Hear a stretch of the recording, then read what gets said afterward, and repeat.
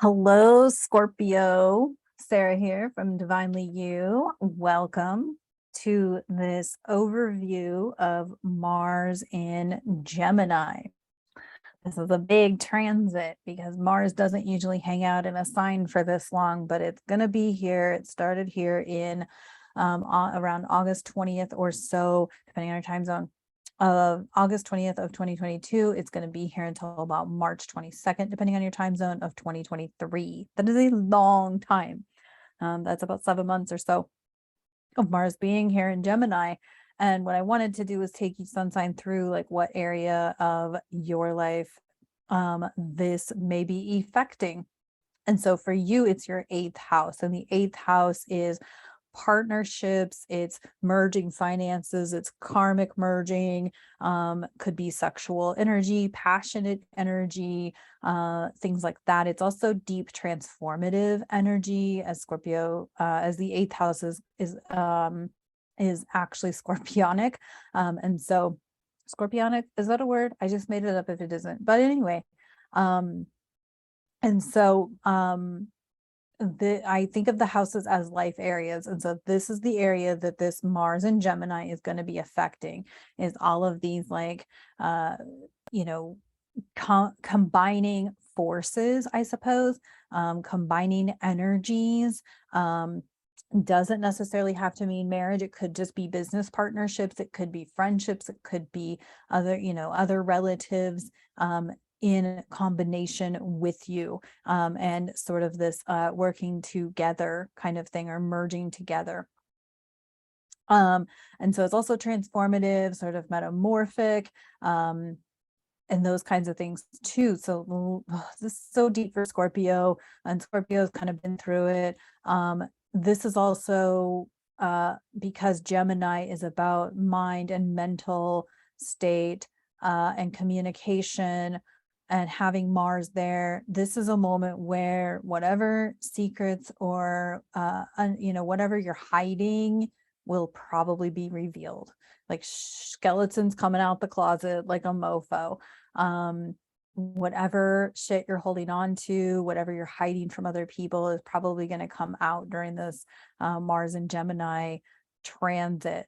When maybe even it's stuff you're hiding from yourself, like truths you're hiding from yourself. It doesn't necessarily have to mean like deep, dark, shadowy skeletons, but it is going to definitely be some stuff coming out of your closet, of your, it's going to come to light.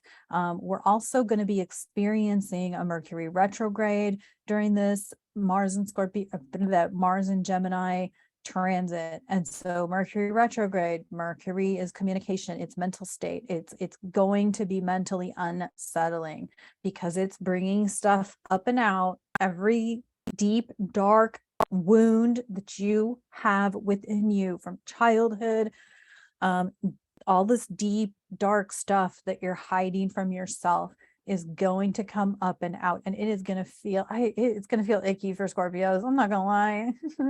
This is a hard one to, because I have a lot of Scorpio in my own chart, and so it's really hard for me to be like, oh shit, this is going to happen for me too. And so during this Mercury retrograde, it's going to be rough. And so there's that. Going to talk about some ways to get you through it. I'm just going to talk about the transits first that are going to occur, and then I'll talk about how to get through it. So hang with me, Scorpios. I have a lot of love and a lot of compassion for you, I promise. Okay, so Mercury is going to be retrograde. So that's going to be a thing. There's also going to be a Mars square Venus. So the masculine and feminine planets are going to have a little transit that's going to look kind of icky, but it's also an opportunity for a divine union or a divine partnership, provided you let all of the old icky shit go, right? This is really pulling it up and out of you in order to transmute, right? Make it like transmute it, turn that pain, turn those shadowy things into something beautiful. With that masculine feminine aspect that we have going on, it's going to feel icky, but there is that opportunity for it to be transmuted and turned around into, into something beautiful and magical. We're also going to have Saturn or Uranus. We've had this before. We had several of these in 2023. So that's going to feel restricting. That's going to feel uncomfortable. It's going to feel restricting. It's going to kind of really feel like I was just getting ahead and now I got to get pulled back about 10 feet. So there is a lot of like, slow the fuck down and do the work energy going on. The beginning of October, we're going to have Pluto go direct. And then that's where I feel like the big energy corner is going to be, is when Pluto goes direct. There will be a big energy shift at that point. And because now Pluto is going to be looking ahead at Aquarius, like, oh, hi, we're going to create something, aren't we? And so, when we have these big breakdowns, right? And this is a big breakdown, right? Every one of us in the collective is experiencing it in our own way. We see our Earth experiencing it. And so we're going to see that within our own lives, where there's going to be some big breakdowns, but then there's going to be this, like I said, the divine masculine, divine feminine union partnership. And there's going to be this shift into revolutionary, rebuilding, or, turn the corner sort of thing. As we enter into Scorpio season, we will have eclipses. So everything's going to get amplified. Okay. So that's going to further bring things to light, and bring things out. And this is all an opportunity for healing. Mars is going to go retrograde on October 31st. So right in the middle of Scorpio season. And so again, you're going to feel like, oh, are you sure you healed it? Are you sure all of your secrets are, like, it's going to slow down even more when Mars goes retrograde, and it's going to be retrograde until about mid-January 2023. And then it'll go direct. And then we'll kind of start to see a little bit of, if you've done the work and you've shifted a lot of things, you're obvious, then we're going to have Mars go direct and eventually leave Gemini in March of 2023, right before Pluto enters Aquarius. So I know that's a lot. I know that is a lot to digest, but here's some things. Dig in deep, do the work, do the inner work. You're going to see a lot of your shadowiness, perhaps your ugliness that you've been hiding, rage, anger, anything that you have been trying to avoid healing, all of these things. If you are gossiping, keeping secrets, if you are having private conversations about other people, like, those are the kinds of things that are going to come up and out to be healed. And it's going to be really uncomfortable. However, the work is there to be done. Have the straight up conversations that need to be had. Communication is a part of this. Mental well-being is a part of this, right? Because it's going to be mentally unsettling. It's going to be mentally unstable. It's not going to feel very balanced at all. And so really digging in and, leaning into those people in your life who have your highest good at heart. There still could be friction, but if you have those people who really hold your highest good at heart, they're going to be willing to work with you through it, right? Really, like, avoiding people who drag you down, avoiding people, conversations may need to be had with people who drag you down, but you will be able to kind of rise above.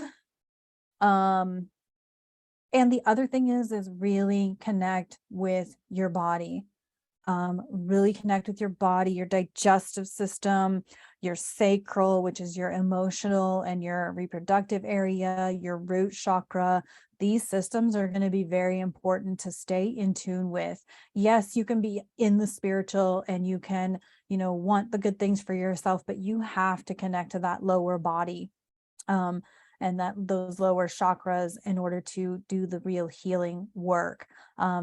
this may be a good time for some cleansing, like nutritional cleansing, eating healthier, drinking more water, eliminating inflammatory foods like sugar, nightshade vegetables, things like that.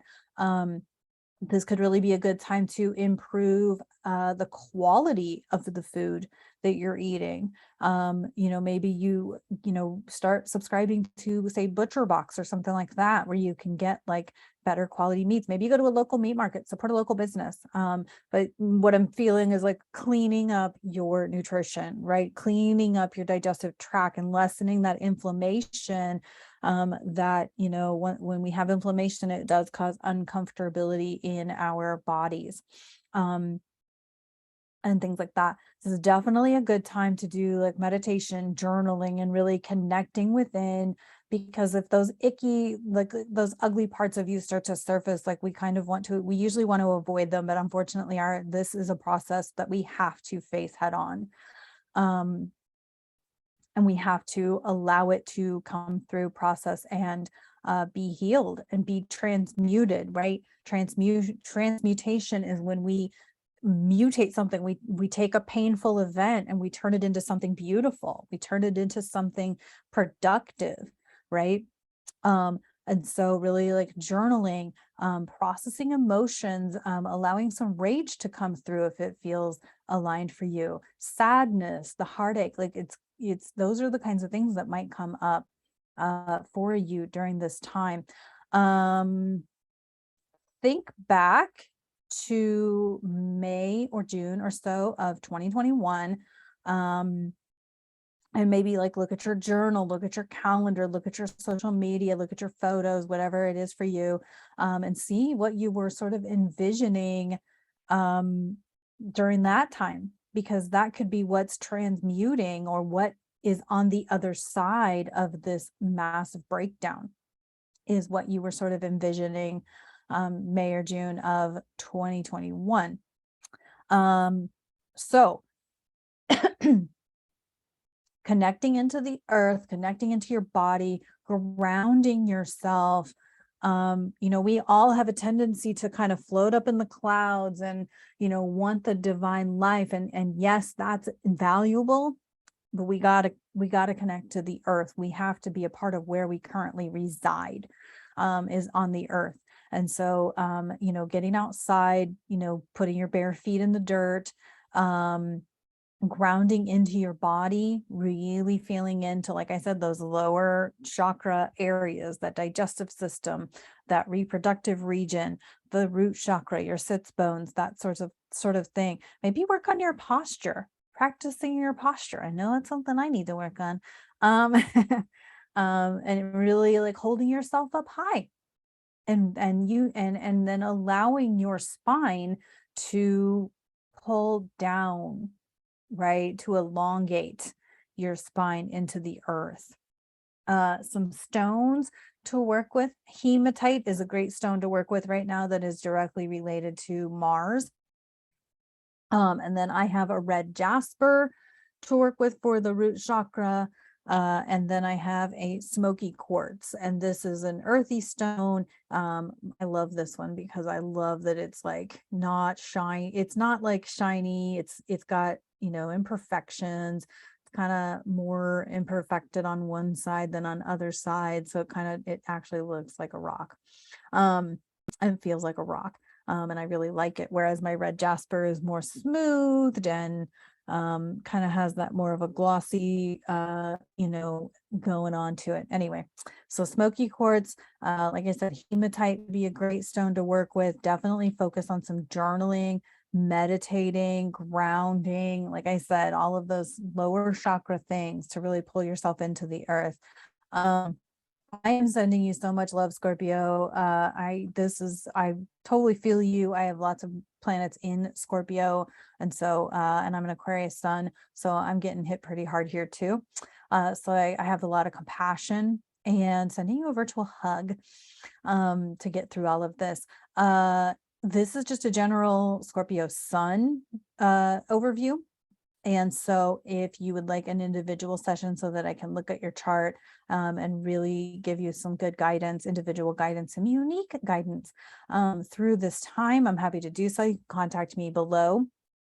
If you have questions about anything that I've talked about, you can leave a comment below and I'll be happy to answer your questions. Please feel free to follow me on Instagram, Saradivinelyyou. And thank you so much for tuning in. I appreciate you. I'm sending you a lot of love. This is, yeah, I'm feeling you too. But we're going to get through this, right? This is a huge transformative time for all of us. So much love, and I will see you in the next video.